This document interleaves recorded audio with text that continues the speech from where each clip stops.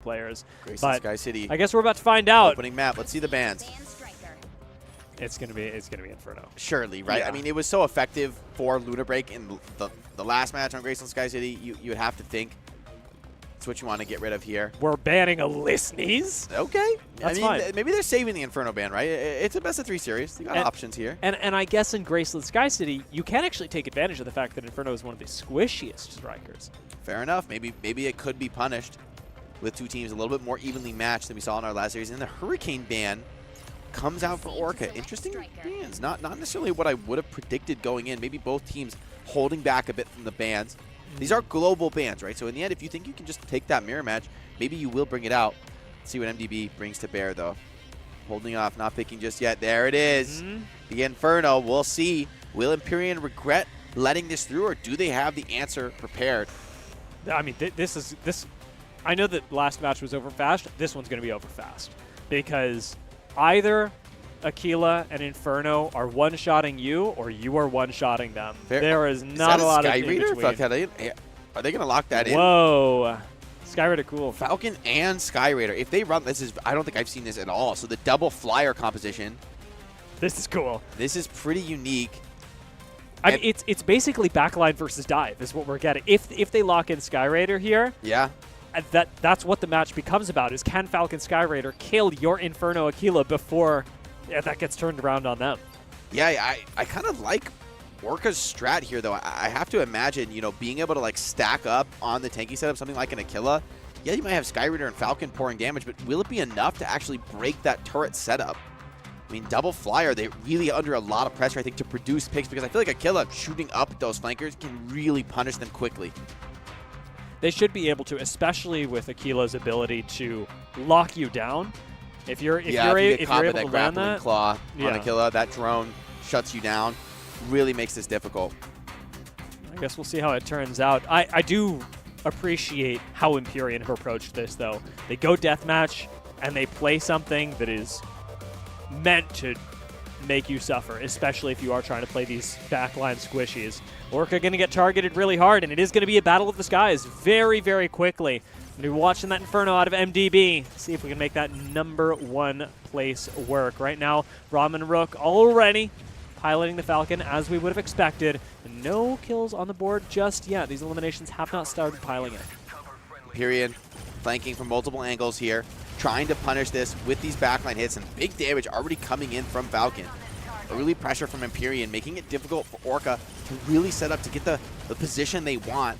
But so far, they're enduring this damage well. Hold on, though. Steel Haze in trouble. This elimination counts for a lot here. Inferno starting to pump damage, though. Now it's EMPYREAN's turn to be in a bit of trouble, to lose a bit of this setup. They're trying to move, trying to stay mobile on these turret forms, but they've lost their armor. They're in a rough spot here.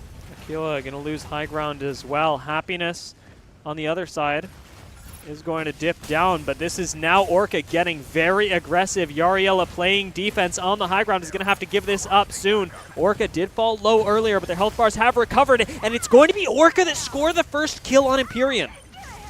Yeah, so far, Killa paying dividends. As well, ORCA pumping this damage from Inferno.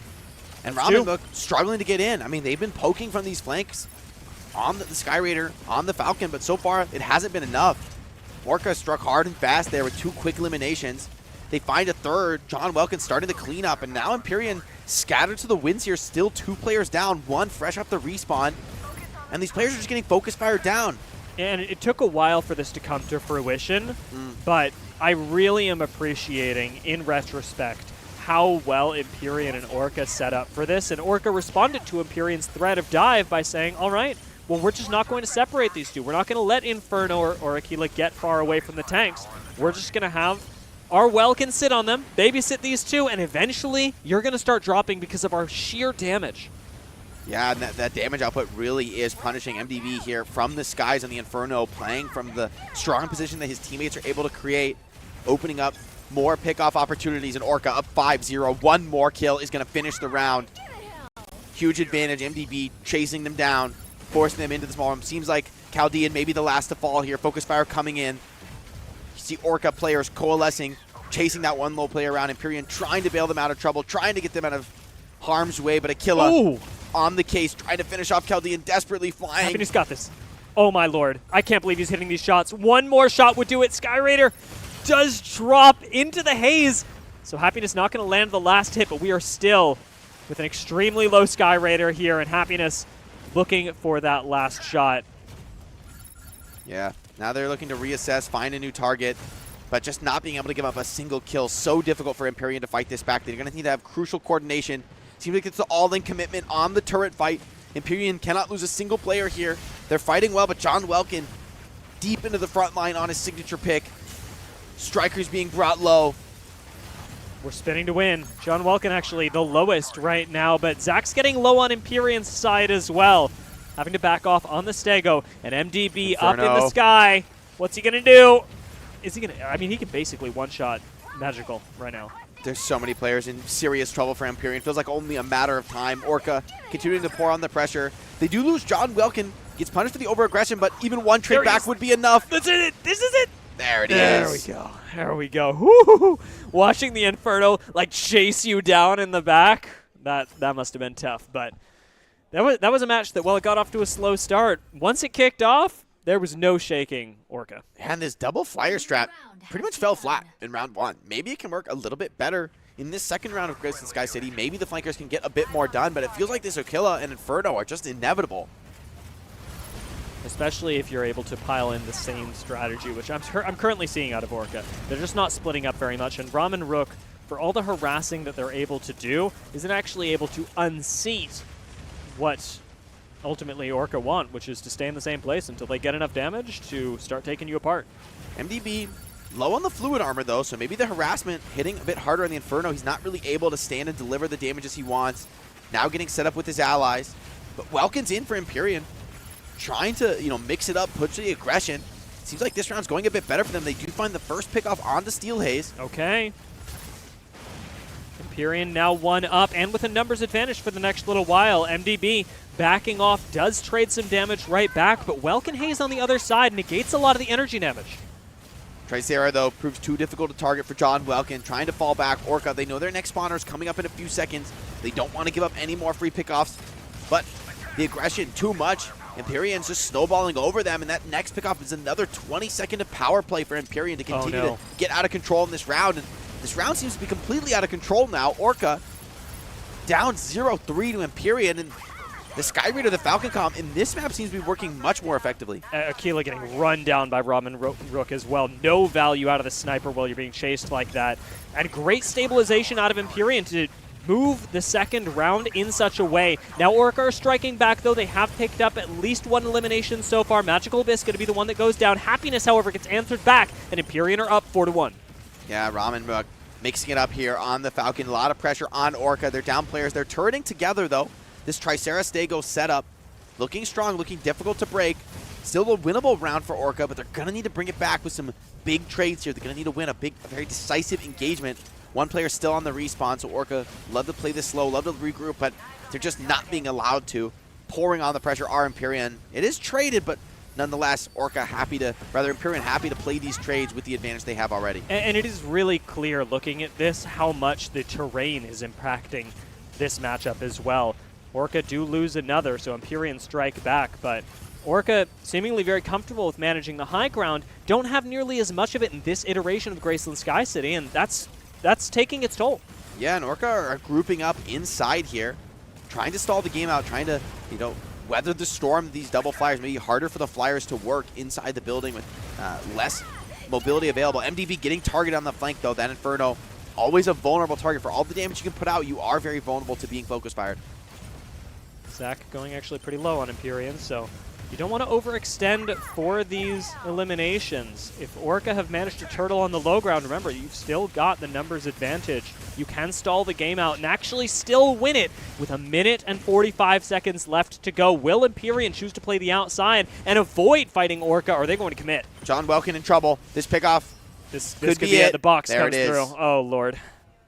1-1. All right.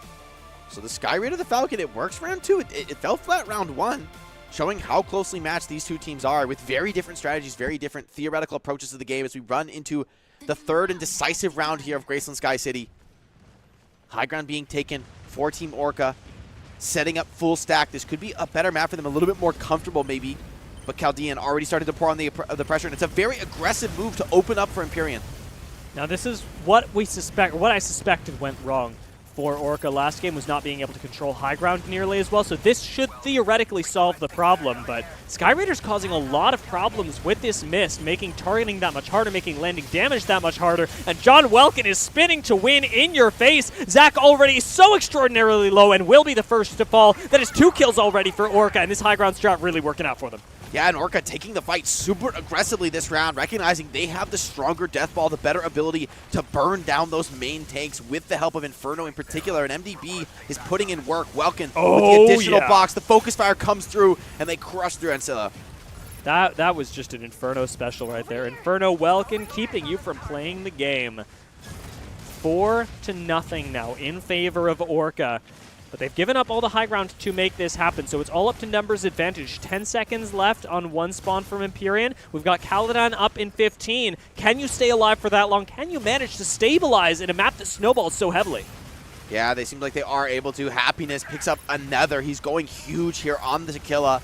Now EMPYREAN can't afford to give up even a single kill. They are just respawning, trying to re-engage back into this, but you know, one pickoff will be enough to clean up this round and the map as well for ORCA. They're continuing the pressure now, diving up to the high ground, knowing that they have the advantage, and they close it out with a very aggressive round 3.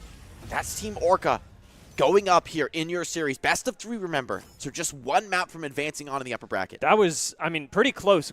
Looking at map number 2, I had expected this to actually go a little bit longer in the 3rd round, but it, like you talked about, recognizing that you just have purely more damage that you can output in a short amount of time on a single target was a really good call from ORCA to just send it onto EMPYREAN. Yeah, they weren't, you know, giving time for Falcon and Sky Raider to work. They have, you know what, we have an early damage advantage. We're going to go in, charge in. We've got Aquila pouring in damage from range. We've got Inferno ready to also participate in that heavy tank fight. And it felt that, you know, when the time pressure was on, EMPYREAN really struggled. And so the strategy execution a little bit better for ORCA in that 3rd round. But I mean, this map goes to show that, you know, 2 very different styles of approach to the game can actually be evenly matched, especially on something like Grayson Sky City. And with the terrain changing so much as well, that was something that I really want to emphasize had a big impact on this game, and the value that Falcon and Sky Raider were able to get, not having to manage what the rest of their team was able to do when the terrain is relatively even, really helps out with these 2 flyers. Yeah, we're curious to see if the flyers end up being a continued strategy for EMPYREAN. Map 1, though, what would you call as MVP there? I mean, that's honestly a tough one to call with how close the overall map was. You know, Aquila? I think that's possible. I think Aquila is a good call. I might, if it had gone on for a little longer, and this is what I'm going to do anyway, I'm probably going to give it to Charlotte off that map. That's true. Lumine probably had pretty huge impact. I'm also thinking could be a serious thought for John Welkin there. I mean, I think that some of those big aggressive moments, right, when he's able to, we talk about pulling the trigger, making a big move. A lot of times it's the Welkin initiating that, right, saying, all right, you know what, you're stuck in here with me. Let's see who's got better damage. And when they were able to double down on that, ORCA was winning those engagements, and that's off the back of initiation from Welkin. That's really true. Yeah, I mean, good comms and good coordination from ORCA. I actually, speaking of, I'm wondering on the opposite side for EMPYREAN what they're thinking about that last match, because I know that they do take a, as we talked about before, a flyer-first perspective on things, given that they're having their Falcon IGL them as well. What are they thinking went well, poorly about running double flyer? And a similar curiosity, do we see them doing that again in another match? Because they will have the opportunity to pick a map that favors double flyer if they want to go something more wide open.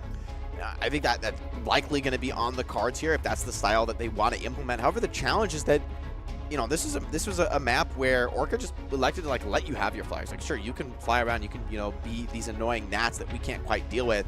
We're just going to pump damage into the front line. So I think the challenge for Team EMPYREAN, if they want to keep running the styles, they're going to need to be maybe a bit more mobile with their tanking front line. They might be forced to back up, run away, reset over and over, and just buy more and more time. It feels like if you have enough time, the Falcon, the Sky Raider, they can get to work. Maybe they can get a bit more done.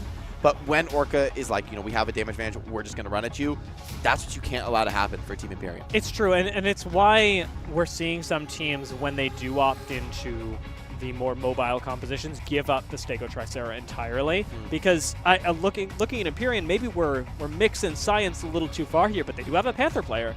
if they wanted to, they could start to switch things up, run something like Hurricane Panther, be incredibly hard to kill, and frustrate the Aquila Inferno. I mean, we could take it to an Eye of Mizra. I think that's likely something to be on the cards. Maybe a sinkhole even. I've seen a lot of the flyers be effective there. Yeah. However, that being said, I think Happiness had a great game on the Aquila. So it's sort of a scary thing because as much as you go to these wide open maps where the flyers are really effective, I feel like those are also maps where Aquila can be really powerful, can be really difficult to answer. As we take a look at some of these post-match stats, it was Happiness. Nice. Good right. call. Good call. I'm the goat at calling these MVPs, baby. That's true. I fall behind. I don't know how I'm gonna bring this back. I need more Luna Break games, and then I'll figure it out. Ramen Rook on the other side though, on the Falcon, still SVP for their own team, so keeping the numbers up, and that's going to be a good sign for EMPYREAN. At least they're able to keep themselves in the conversation in that way. Happiness, though, forced to be reckoned with on Aquila, and understandably so. This is an incredibly powerful striker in the right hands. 1.4 million damage on Aquila is pretty wild, honestly. Like, that's a lot of damage from your Aquila, from your sniper, and it's one of the higher, aim skill-based roles right now in Mecha Break. So if you have a top-tier Aquila, feels like it's something you could rely on here for ORCA as they continue to go on. Let's take a look at some of the highlights of this match. It was an incredibly close game one between the first two NA teams that we've seen compete in the tournament. It was neat to see, like you were talking about, these Welkin box initiations as well, in contrast to what we saw a few games ago on Graceland Sky City, where Welkin was being used extremely defensively. Now we see the opposite side, when Aquila isn't banned, when Inferno isn't banned, how that warps the way this map is played. Yeah, and those are two bans that we're certainly going to have to be thinking about. Oh, we're going Cape Long! Okay, this is a good map for the Flyers, right? So the way this map works, objective-wise, there's going to be these objectives that spawn in around the map. They'll be in different places each time. Teams will have a bit of a heads up as far as where the next objective is going to be. But what you need to do is go capture each of those objectives, scoring points. First team, I believe, is to 8 wins. It's also going to put a lot of pressure on trying to capture those objectives. If you take any damage while you're capping, the capture is essentially reset and blocked. So we see some Welkin boxes put on the objective so that you can try to cap. We see teams like really brawling, trying to take these mountaintop positions to support. That's devastating. And ORCA just ripping it with a Falcon ban. They know that this is what you really want to bring to bear. Fair enough. Responsive Aquila ban, though. So, this is interesting for Happiness. Does Happiness go with like the Narukami as the backup sniper, or does he have a different approach, maybe a completely different striker to bring to bear? Yeah, I think that Narukami can be really good on this map. And like we talked about, the two play styles of Narukami do get exchanged. And even more worth mentioning now that I'm thinking about it, Narukami doesn't have her counter in the game anymore. Falcon is like #1 Narukami problem. Fair. If Falcon's banned, Narukami's invisible the whole game. And the Happiness is on Sky Raider. So that's really interesting. I don't think I was expecting the Sky Raider. I don't think it's been, let's say, like a top tier pick in the meta. And for Happiness being such an effective sniper, this is really surprising. So I'm curious to see what ORCA have cooked up here. Maybe with no Falcon, they feel this Sky Raider can really get away with a lot, can really pump the damage. Both teams actually running a Sky Raider, so the big difference is that Steel Haze is going to be on the Elise Nest, and it'll be Ramen Rook Narukami. So commitment from ORCA, I think, to be a little bit more aggressive in the close range engagements. For EMPYREAN, though, if they can just get the space to snipe, it's gonna be scary. It's sort of flagging a potential issue for EMPYREAN here, because I do think that this map should actually go well for them on paper. Yeah. Ramen Rook flexing to Narukami, reminder that he's hard IGL for this team, could be a problem. If Narukami gets focused, which should be harder without a Falcon, that still creates a really big problem, because it is a very selfish and a high maintenance. You might not be in position, let's say, to like see what's going on, to be able to lead the squad when you're maybe off doing your own thing. It'll be a challenge for the in-game leader. We talked about this, how you may need to have different players step up in different moments. See if they're able to do that here with the Narukami on the field. I mean, this could be, if ORCA play this right, a swift 2-0 leading them into the upper bracket. So you do want to start things off well as ORCA, who have put a lot of time in, and EMPYREAN, same way. Almost feels these teams have a lot of love for each other, and as much as they are going to go ham here over these Core Extractors, they realistically would like to help each other out a little bit as well. So we'll see what they end up doing. Caladan already on Skyraider. I think not a surprise the way that he's going to be playing this, but Ramen Rook on the Narukami, the big question for me, is already playing Narukami in that long-range fashion that we get very used to on this map. And going in for the cap is, it looks like, one of the teams committing for it. They're not able to get the objective. Welkenbox is deployed. Is it enough to actually successfully cap, though? Seems like it's not, so both teams still brawling out here. Dumping damage. Going to be, I think, more about the kills here in the opening engagement. Both teams full 6 players alive, so no one full committing just yet. Yeah, you don't have enough shielding to be able to make this work. Normally you'd Stego, Welkenbox, maybe Hurricane, but you just can't do that at this point, so you're waiting for the respawn timers to be the big decider here. We're already seeing an Alisnes get really aggressive onto the Empyrean backline, maybe distracting them for a little while. First cap available. We're also going to get that X factor in as actually first cap gets taken, and it's by ORCA. Second one going to come in, Corite Extractor at B, and John Wilkins already heading there. Yeah, both teams now forced to uproot these powerful turret tanking positions. Damage pumping in, though, from MDB on this Inferno. He's really getting a lot of space, right? There's no Falcon to chase him and pressure him down, and he's really pouring the damage onto the front group. Now ORCA feels like they have an advantage. They're pushing forward, striking, find another pickoff, trying to snowball it into more. They're turning onto MDB. They realize what a threat he is, but it seems to be too little too late. Deacon trying to cap, and unfortunately being denied for a little while. Sets up as the Stego on B. We're going to get another one in just a few seconds, but already ORCA have picked this up. 2-0 so far on a map that Empyrean picked. Yeah, this damage from MDB, I mean, everyone's just running from him. They're not able to try to re-engage at all, and with the help of the team, gets that burst pickoff. Variella trying to do something, trying to change the script, but ORCA is running away with this, not only leading in objectives, but also sweeping the floor with Empyrean, who are just split, scattered. They're continuing to fight, but down numbers. Feels like they're throwing good money after bad here, Dia. And even with a Skyraider in the game, we're not seeing MDB really pressured at all. He's free-flying in the sky, and unable to really reckon with that are Empyrean, who are letting this all happen, unable to cap points themselves. We've already got 3 up for ORCA. Remember, it is first to 8, and it is looking very, very good for ORCA so far as they pick up yet another elimination. That is 2 timers now. Empyrean in a 4 versus 6 for at least 6 more seconds. And MDB's Inferno unbanned here on this map. They instead tried to attack Aquila, who is, or rather, the Happiness is Aquila, who is still being effective, right? Still getting a lot done. And Inferno grabs that cap. So Empyrean really out of sorts, forced to regroup here, finally getting all their players alive. But will they be back in time? Variel super low, being focus fire. John Welkin up in the mix, and MDB is just free to pour down damage from above. Steel Haze as well, getting into the fight. And, I mean, ORCA are running away with this game. Yeah, I mean, this is not even close. MDB is completely unleashed right now because of the way that ORCA have practiced with this pick. You've got one of the most experienced Infernos in the world in this game, and there's no pressure from Empyrean that can really take him out of the skies. Great play from ORCA that's got them with the lead, and Empyrean have got to reset all at the same time and really focus this Inferno down if they want a chance at winning this game. Yeah, they're trying to stop this objective cap. It's working for the moment. So ORCA, low on armor on a few characters, could be in a bit of trouble here. Empyrean trying to find something, but struggling to get in the engagement, and that's Magical Abyss going down.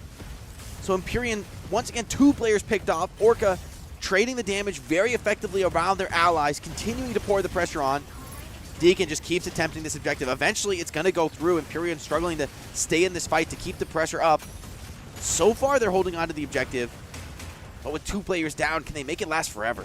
Once Magical Abyss goes down in any situation, you got to start being worried because that is your source of sustain on Empyrean. Lumine going to be back into the fight now, but it's as soon as we say that, Caladan falls. Yeah, Charlotte goes down, so that's some of the sustain down for ORCA. They could struggle to actually capture this objective, but will it be enough? I mean, Empyrean have 2 players of their own out of this engagement. Trades going both ways. Very chaotic situation, but ORCA, remember, they're leading 5-0 here. Might be 5-1. Oh, no, no, no. Ancella, I will say, well done for trying to go for this with the Stego, who does manage to cap things a little bit safer, but not going to be the case today. We still have a little while left on the next spawn of the Extractors, but now up 6-0 with a large Corite Extractor spawning next. If ORCA cap that, it's game over. Magical Abyss trying to stay alive on that Luminate, trying to dodge, dip, and duck and dive, get out of there. But Inferno has his sights firmly set on that Steelhaze finds a pick off of his own, and EMPYREAN, they haven't really found anything in this engagement. They haven't been able to secure any kind of objective pressure here either. Magical Abyss once again caged by Welkin, shut down. And the fight's just so powerful here for ORCA. They're going for the cap instantly. John Welkin drops the box in the objective. Does cancel it, however, as he got double boxed in this case. We're waiting for a few more eliminations to come in, but yet another Welkin box is going to go down, and it is just a fight over who is securing this, forcing ORCA into close quarters with EMPYREAN. These two teams, when put head-to-head, are just lacking damage, or rather, EMPYREAN are lacking damage up against ORCA. They're not able to complete the capture cleanly. Yeah, and MDB's Inferno is talking about damage. I mean, he is bringing it in spades here. It's going to be way too much for Team EMPYREAN. Going down 8-0. I mean, this was their map pick. They brought us here, but it was Team ORCA who were drastically better prepared off the back of, I think, a fantastic performance from MDB in particular on the Inferno. I know that normally you're asking about who's the MDB. We can agree. Surely. Look at him. He's got his hands up. He's feeling it. I mean, I think he was alive that whole game, just pumping damage. I'm really curious to see those damage numbers. And Team EMPYREAN, they're sent reeling here. Never really under threat, and I'm excited to see how Team EMPYREAN will adapt because, again, this is a really good team out of North America. It's clear that ORCA were better prepared because, as Kaladin said, the unprepared will be the first to fall. So we got to trade that back to him now. Oh, bro, he's not living that one down, is he? No. He's not living that one down. It's high risk, high reward, right? You hit that and then you win. You're like, that's what's up. That's a hard line, but I got to say, it went against them here. So our first North American exhibition here goes the way of Team ORCA. They look to continue their upper bracket run. It'll be EMPYREAN trying to stay alive in that lower bracket. There are some heavy hitters in this tournament. The lower bracket is a scary place to be. That's one game away from elimination already on day one. It's true, and I mean, ORCA, they're very well deserved. I'm excited to see them continue in the upper bracket, if simply because of the way that they have warped their playstyle around enabling MDB. I don't think we see a lot of other teams do that, where they are focused really on a single player as being their core. Normally, we'll see that spread out a little bit more, even if you do have people running Aquila, Narukami, Stego, Tricera, whatever it may be. Happiness was also pretty impressive for me. Very true. Especially on that Aquila. And a lot of love you can see between those two teams in the handshakes, right? Like a lot of respect. Clearly, these are teams that scream each other, that have practiced together quite a lot. And so ORCA come out the stronger today, looking great on some of their signature pickoffs. But curious to see if the strikers shift, maybe a different ban approach. If EMPYREAN get another shot at ORCA, maybe they can bring a fiercer contention. I mean, remember that first map was quite close, right? I feel like that could have gone either way. Yeah, it was. And like you said, I know these teams have scrimmed quite a bit. The fact that they're both here and actually meeting some of them for the first time has been really wonderful for them. And so as much as you do want to come here and play the best game of Mecha Break possible, because that's what you're putting all these time into. It's what you love. It is ultimately something where, somebody was going to lose the match. And in this case, ORCA did play well. They very much deserve the victory. And I'm sure they look forward to seeing EMPYREAN in later matches. Yeah, definitely two teams that we're excited to see more of, bringing, of course, teams from North America all the way out here to Zhuhai, China, to compete in the Mecha Break Global Pre-Launch Invitational. Sad to see two American teams forced to challenge each other here in round one, but that's the way it goes. You got to be strong to survive. The unprepared will fall first. Yeah. As today, unfortunately, that was Chaldean going down into the lower bracket. Curious, MVP, is it MDB, though? Is there anyone else that we got to think of honorable mention on MVP? I mean, you brought up could be John Welkin boxing and capping, but I feel like MDB was weirdly the one capping also. Sometimes I felt like I saw him cap a few objectives, which Inferno really has no special reason to cap. I guess he's just like, no, I'm going to go for it. Yeah, and it's like, I guess I've done enough damage that they're not near me anymore. I've killed the entire enemy team. Now I'll take the objectives. Thank you. It was very well played. I do think there would be an argument for happiness if we saw as dominant of a game as we did in Graceland Sky City, but I wasn't really feeling that nearly as much in the second round. No, that's not flame to happiness. No, it's just it's the the reality of the game. Kind of does their thing, right? And then Sky Raider is sort of more of a disruptor than necessarily like a damage carry the way Falcon can really punish and find pickups.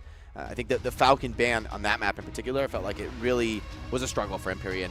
It hit much harder than the Aquila ban hit on Happiness, who was still able to be effective on Sky Raider. Yeah, I really felt that Falcon ban like a punch to the gut, and I'm sure EMPYREAN did as well. It is MDB, my king, the MVP of ORCA, a very well-deserved scoreline. Let's actually check that out. That's 1, 2, 3, 4, 5, 6. I would count. So just about 1 million damage in that game. It's not bad. It's not bad.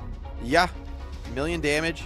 It was a And short game. 400,000, more than 400,000 direct, which is pretty powerful, right? Inferno is able to deliver a lot of that direct damage straight to the enemy health bars. He's a key reason why the team was able to find so many kills. And I felt like the kills really came first in that map for Team ORCA, right? They would find one kill and just snowball it. And at some point, Empyrean, they're just down so many numbers. There's nobody left to stop the objective cap. John Welcome's doing his best to put pressure on that cap, but Variella fought it well, right? In the Welkin duel, it was really contesting Welkin, John Welkin, not allowing him to really get in and carry. Honestly, Yariel did a ton of damage that game. It just wasn't enough to actually secure the team fights. Overall, John Welkin in particular, I think, was playing a little bit more of an objective-based team player strategy. Yeah, and that's something that I know the team is calling for as well when they are practicing on their own.